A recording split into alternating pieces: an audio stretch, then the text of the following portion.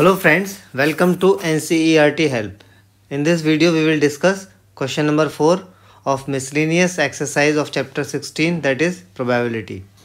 First of all, let us read the question. Question number 4 is saying in a certain lottery 10,000 tickets are sold and 10 equal prizes are awarded.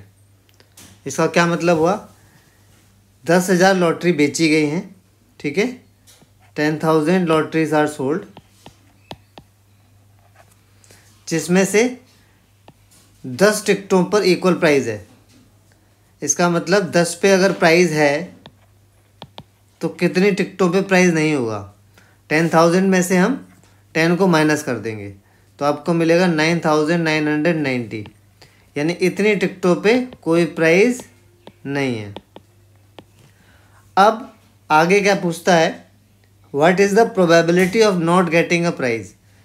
मतलब आपको prize जीतने की probability, prize ना जीतने की probability क्या होगी if you bye 1 ticket. अगर आप 1 टिकट खरीदते हैं और आपको प्राइज नहीं मिलेगा, इसकी प्रोबेबिलिटी क्या होगी.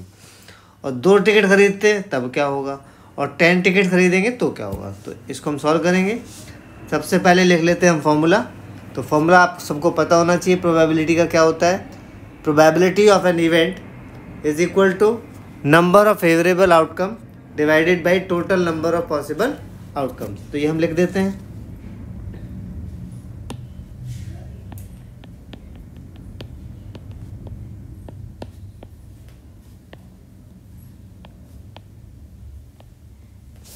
Number of favourable outcomes divided by total number of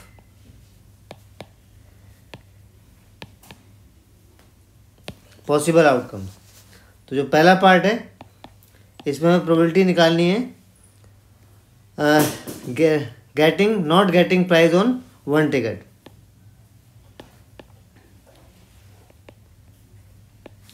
not getting prize on 1 ticket. अगर एक ही टिकट खरीदें और आपको प्राइज नहीं मिलेगा, इसकी प्रोबेबिलिटी क्या होगी. तो देखो, एक टिकट खरीदे और प्राइज ना मिले तो वो एक टिकट आपकी इसमें से आनी चाहिए 9,990 में से, तभी आप प्राइज नहीं जीत पाओगे, ठीक है.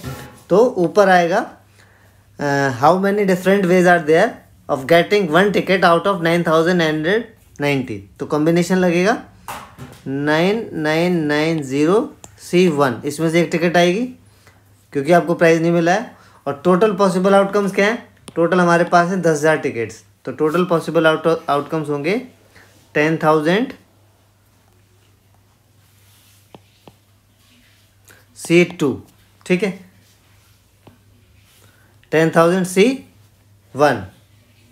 अब आपको शॉर्टकट पता होने चाहिए कॉम्बिनेशन के. अगर NC1 अगर आपको कभी मिलेगा तो इसका आंसर डायरेक्टली हम लिख सकते हैं n. तो इसको अगर हम सॉल्व कर लेंगे तो आएगा 9990 डिवाइडेड बाई 10,000, और एक ज़ीरो अगर कटेगा तो आंसर आ जाएगा 999 डिवाइड बाई 1000. आप चाहें तो 0.999 भी लिख सकते हैं.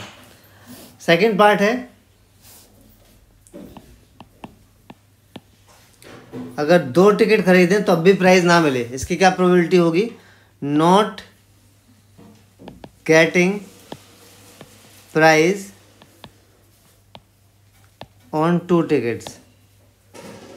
2 टिकट आप खरीद रहे हैं और आपको कोई प्राइज नहीं मिलेगा. तो इसका मतलब क्या हुआ, 2 टिकट आपकी ये 9,990 में से आनी चाहिए क्योंकि इसमें कोई प्राइस नहीं है. 10 टिकटों पे ही प्राइस है. तो 2 टिकट आपके आएंगे 9990C2. और total possible outcomes, total tickets हैं टोटल 10,000, तो टोटल पॉसिबल आउटकम्स होंगे 10,000 C2 because we are selecting now 2 tickets out of 10,000. और प्राइस नहीं मिलना चाहिए तो फेवरेबल आउटकम होंगे 9,990, जिसमें से आपको 2 टिकट सिलेक्ट करनी है. और तीसरा जो है आपका पार्ट, थर्ड पार्ट है, प्रोबेबिलिटी निकालनी है not getting prize on 10 ticket. अगर आप 10 टिकट खरीदें तब भी आपको कोई प्राइज नहीं मिलेगा, इसकी क्या प्रोबेबिलिटी होगी.